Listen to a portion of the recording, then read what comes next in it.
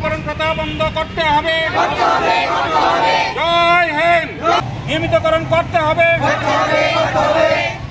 সকল আমরা করছি। আপনাদের ডিমান্ডটা কি কারণে? ডিমান্ড আমাদের ডিমান্ড বহুদিনেরই। আমরা রাজ্য সরকারের কাছে বহুবার আমরা আবেদন করে আসছিলাম যে আমাদেরকে নিয়মিত করার জন্য।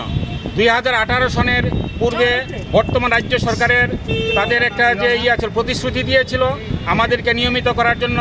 তখন প্রাক্তন মুখ্যমন্ত্রী বিপ্লব দেব মহোদয় আমাদেরকে প্রতিশ্রুতি দিয়েছিলেন যে আমরা ক্ষমতায় আসতে পারলে আমরা 3 মাসের মধ্যেই আমরা রেগুলার করব।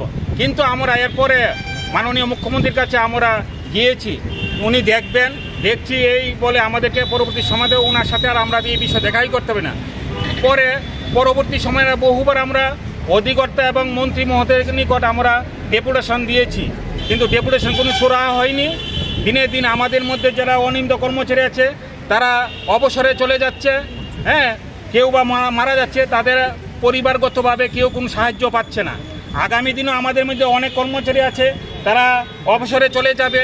সুতরাং আমরা চাইছি এর একটা সমাধান করে, এই যে অনিয়মিতকরণ প্রথা যে বন্ধ করে রেখেছে, আমাদেরকে নিয়মিতকরণ বন্ধ করে রেখেছে, এটা যাতে প্রত্যাহার করে এবং অবিলম্বে যাতে আমাদেরকে রেগুলার করে এবং আমরা যাতে অন্যান্য সরকারি কর্মচারীদের মতো আমরা সকল সুযোগ সুবিধা আমরা বুক করতে পারি। দীর্ঘদিন ধরে কত বছর ধরে আপনারা কাজ করতেছেন? আমরা 25 থেকে 30 বছর, বেশিরভাগ কর্মচারীরা 25 থেকে 30 বছর স্বাস্থ্য পরিষেবার সঙ্গে যুক্ত।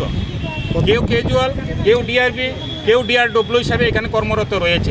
প্রথম যখন আপনারা নিয়োগ হয়েছেন তখন কি কোয়া আসলো যে আপনারা নিয়মিতকরণ করা হবে? প্রথম আমরা যখন নিয়োগ হয় আমাদেরকে আমাদেরকে কেউ ক্যাজুয়াল, কেউ ডিআরবি বা ডিআরডব্লিউ হিসেবে নিয়োগ করেছিল। তখন একটা তৎকালীন সরকারের সময় একটা 10 বছর কমপ্লিট হওয়ার পরে তাদেরকে নিয়মিতকরণের সরকারের একটা রুল ছিল। এরপর বর্তমান সরকার ক্ষমতা আসার আগে বলছিল আমাদেরকে নিয়মিতকরণ করবে, তো দেখা গেল কি তা বর্তমান সরকার আসার 4 মাসের মধ্যেই নিয়মিতকরণ যে 10 বছরের যে রুল ছিল সেটারে বন্ধ করে দিয়েছে এবং বলেছিল যে এটা রিভিউ করবে, কিন্তু রিভিউ করতে হবে তাদের 7 বছর চলে গেছে। রিভিউর কোনো এখনও আমরা কিন্তু উত্তর পাইনি। সরকার কি করবে না করবে এখন আমরা বুঝি না, কিন্তু এখন আমরা চাইছি যাই হোক অবিলম্বে